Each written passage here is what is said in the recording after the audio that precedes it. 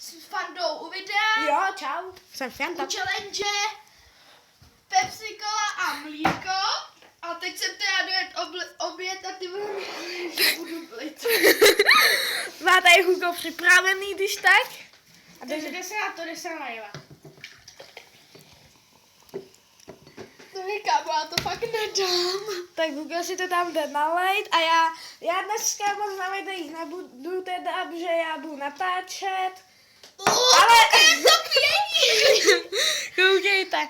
Nebo pokaždé budu natáčet, ale já jsem se na tohle teda neodvážil, na tohle se odvážil pan Hugoslav. Tak, jde na to. 1. Fakt to tam má, můžete vidět, že to fakt pije. A můžete... Dobrý, to je to dobrý. Podívejte.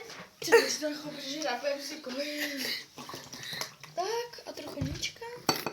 Ty vole, mám to bubla. Takže 3. Až dobrá, jo? 3, 2, 1, teď.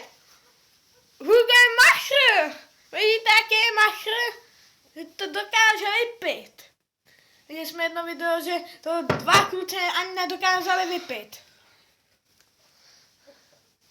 Já si myslím, že je dobrý machr, protože já jsem se na toho neodvážil. Je to dobrý? Perfektní. Ty vole. Tak myslím, že asi video můžeme ukončit.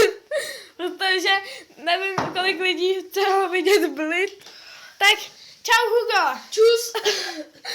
Tak, čau lidi. Loučíme se. Odebírejte. Jo.